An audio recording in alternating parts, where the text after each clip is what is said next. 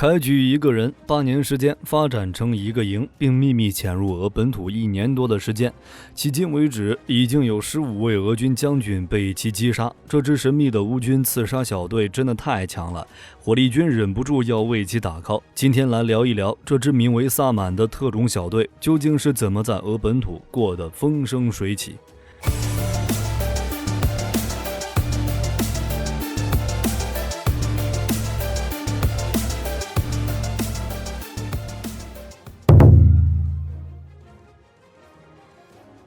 英国媒体最近披露了乌克兰战场上一支非常神秘的乌军刺杀小队，他没有亚速营的名气，却做出远超亚速营的成绩，在战场上担任伏击、暗杀等一系列特种作战任务。他的名字叫做萨满营。战场可是一个多方联动的过程，不可能只有正规部队的拼杀。情报部门、特种部队、敌后小分队同样是非常重要的一环。作为军队中最精锐的一部分，萨满小队执行的往往是非常特殊的作战任务，比如深入敌后搞暗杀，对关键桥梁、道路的破坏。英国媒体还披露了萨满营的一次作战。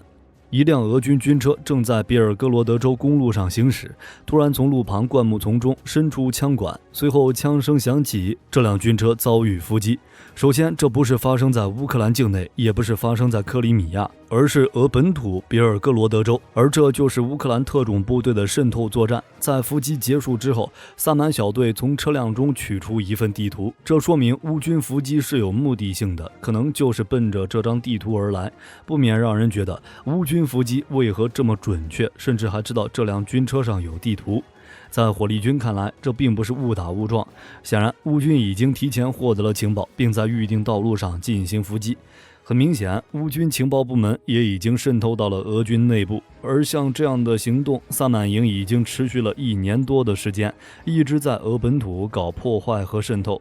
如今，萨满营又有了新任务，那就是刺杀俄军高级官员。在战场上对各自高级军官进行刺杀，太正常不过了。对于一支军队而言，高级军官遭遇刺杀，势必会在军队内部造成恐慌，甚至影响整个作战行动。根据乌克兰透露，萨满营已经刺杀了15名俄军高级军官。比如在6月份，俄上将库兹涅佐夫在别尔哥罗德州独自驾驶勤务车时遭遇伏击。在7月份，俄联邦安全局的斯库拉托夫所乘坐的车辆在布良斯克地区撞雷爆炸。对于萨满营来说，刺杀俄军高级官员太过容易了。俄乌都属于东斯拉夫人，苏联解体前，两国一起生活了数百年，语言、生活习惯非常相近，这就为乌克兰刺杀俄军高级军官提供了很多种形式。当然，俄罗斯是不会承认有这么多高级军官遭遇刺杀，并表示仅有6人，而且还是在战场上阵亡的。事实上，从2014年克里米亚危机之后，萨满营就已经在俄本土进行秘密作战了，至今已经快10年了。萨满营的指挥官外号就叫萨满，在执行了8年的高危任务后还活着，本身就已经证明了他的能力。这支部队虽然在名气上不如亚速营，但做出的成绩却不差，是一支不折不扣的敢死队式特种部队，正式编制为乌克兰第10特种作战师。作为乌克兰军队中最为精锐的一支特种部队，萨满营只招收最优秀的士兵，具备潜水、跳伞、登山等一系列高级技能外，并且拥有敌后作战的经验。许多人在加入萨满营之前就曾是一名特种兵。除了要在俄本土执行任务以外，萨满营还负责情报收集和支持短线进攻的高危任务。与亚速营最大的不同是，萨满营可以耐得住寂寞，在接受任务之后，小队会秘密潜入敌后，从事侦察、破坏、突袭以及暗杀等任务。在俄罗斯刚入侵乌克兰的时候，萨满营就参与了安东诺夫机场战役，与乌军其他部队一起狙击俄军空降兵部队。在安东诺夫机场战役结束之后，萨满营被部署到位于基辅西部的莫逊村庄，这是临近伊尔平河桥梁与沼泽的村庄，有着极为重要的战略位置。俄罗斯军队原计划利用这一路线从西部推进至基辅，但俄军的推进行动在几周内就被乌军阻止了，这离不开萨满营的功劳。当俄军撤离基辅郊区之后，萨满营一直对俄军进行打击。在完成这项任务之后，萨满营接到更为重要的任务，也就是潜入俄本土，展开敌后作战，秘密破坏俄罗斯的炼油厂、弹药库以及通信网络等关键设施。按照萨满营的说法，潜入俄本土或俄军控制区的行动，从2014年克里米亚危机之后就已经开始了。萨满营会乘坐直升机进入俄本土，执行各类破坏任务，包括安装炸药以及为乌军提供精确打击的坐标等。萨满营对直升机飞行员非常钦佩，表示飞行员不仅要将小队送进去，还要在行动结束之后将小队带回乌克兰境内。在去年4月份，萨满营潜入别尔哥罗德州，突袭当地一座炼油厂，当时至少出动了2架米24武装直升机。去年12月，俄罗斯境内的恩格斯机场和加吉列夫机场相继发生爆炸，多座储油罐也遭遇了袭击。这些破坏行动都是乌克兰特种部队所进行的。乌特种部队潜伏于俄境内，帮助引导乌军无人机打击俄境内的目标，所以乌军无人机才能深入俄本土数百公里，摧毁既定目标。只是火力军不清楚萨满营在里面的参与程度。萨满营不仅会执行敌后作战，有一些突击任务也会进行。此前，乌军在安东诺夫大桥附近建立桥头堡之后，就持续向第聂伯河左岸的俄军发动进攻。此次乌军又出动了7艘舰艇，在萨满营特种部队的帮助下，从科扎奇定居点附近登陆，已经突破了俄罗斯军队的防线，并向前推进了800米。萨满营特种部队还突袭了俄军位于左岸的特殊用途导弹部队的一个小分队，并缴获了俄导弹部队的旗帜与肩章。或许是根本没有意识到乌军的这次突袭，部分俄军没有做出任何抵抗，缴械投降。另外还有至少18名俄军逃走。在这些被俘的俄军当中，有一名少将称，俄军已经弃守科扎奇拉赫里并往南逃窜。如今的乌克兰对赫尔松的想法还很多。去年的时候，乌军将兵力集中在赫尔松，从上向下都表示势必收复赫尔松地区。等到俄军将数万兵力部署到赫尔松，准备迎战乌军的时候，乌军选择调转枪头，在哈尔科夫一举击溃俄军，成功收复哈尔科夫。不知道乌军啥时候能重现这一壮举。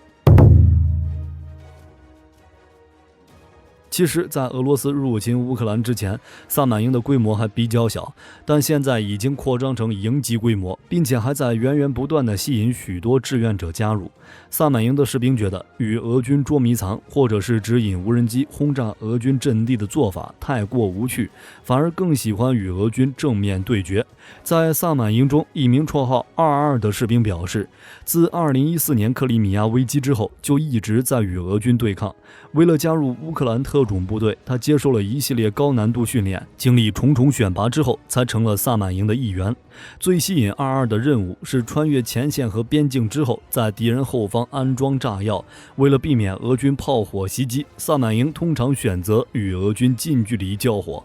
从目前火力军能够了解到的信息来看，乌克兰特种部队获得了北约的强力支持，许多训练乌军士兵的军事顾问本身就曾参与阿富汗或伊拉克等地的战争，其中就包括英军的 SAS 特种部队。在俄罗斯入侵之前， SAS 就随着大批 NLAW 反坦克导弹一起进入乌克兰境内，曾在俄军闪击基辅的时候撤离了乌克兰，但后来还是回到了乌克兰境内，专门训练乌克兰特种部队。此前，美国等北约国家也为乌克兰提供了大量特种部队所需要的装备，比如热成像仪、加密通信设备以及专业爆破器材等。萨满营在俄本土执行的各种任务已经展示了精湛的作战能力与战术策略。毕竟战争中前线并不是唯一战场，后方行动同样很重要。萨满营通过情报收集与精确打击，为乌克兰战场带来有利的影响。随着战争的继续，萨满营将继续扮演重要的角色，并成为乌克兰军事力量中不可或缺的一部分。因为从战场上表现来看，乌克兰特种部队要比俄军同行做得更好。虽然俄军在叙利亚等地区取得一定成绩，从促使俄军在战术和编制上做出相关改进，比如专门组建引导导弹打击和空袭的特种引导营，但在这场不对称的战争当中，俄罗斯特种部队并没有出彩。闪击基辅的时候，确实一度打进基辅政府部门办公区，但很快就被乌军包围歼灭了。俄罗斯特种部队在作战中并不怕死，但愚蠢的指挥、低劣装备以及拉胯的情报支持，却让他们被白白消耗。在乌克兰战场，俄军除了常规部队损失惨重以外，精锐特种部队和空降兵部队同样损失惨重。从入侵开始，俄罗斯就以大量特种兵打头阵，闪击基辅，突袭安东诺夫机场，一直到参与巴赫穆特铁前夹击战役。在俄罗斯入侵初期就已经损失了绝大部分的特种部队，几乎让俄军失去特种作战能力。为了增加作战能力，俄军甚至将特种兵当作精锐部队塞进 BMP-2 步兵战车内，向乌军战壕发动强攻，损失特别大。尤其是俄罗斯陆军近卫独立第25特战旅，去年秋天从乌克兰返回俄罗斯的5个独立特战旅中，有4个遭遇了重创。以第22旅为例，在2021年11月的时候，该旅位于罗斯托夫的训练场还停满了军事装备，但到了去年11月，停放在训练场的装备就已经少了很多。俄军近卫第14格鲁乌特种兵旅旅长就因为过于靠近作战区域，在战斗侦察行动中阵亡。俄军第22特种兵旅长和旅参谋长同样在战场上阵亡。按理说，俄罗斯武装力量上百万人，也部署了不少防御部队，为什么俄本土这么容易就被渗透呢？虽然俄罗斯军事力量不少，但面临2大难题。俄罗斯边境线长达2295公里，如此漫长的边境线，俄罗斯完全没有足够的兵力进行部署，这就给了乌克兰特种部队一个机会。另外，北约国家为乌克兰提供了多方面的支持，不仅提供情报支持，还帮助训练乌克兰特种部队，为其提供武器装备，使其具备潜入俄本土进行作战的能力。如今的乌克兰已经实现对俄罗斯遍地开花式的袭击，就连莫斯科也时常遭受无人机的袭击。虽然俄罗斯一再表示并没有造成什么损失，但民众可不会这么想，他们已经能感受到战火在本土燃烧。好了，本期影片就到这里了，我是火力军，咱们下期再见。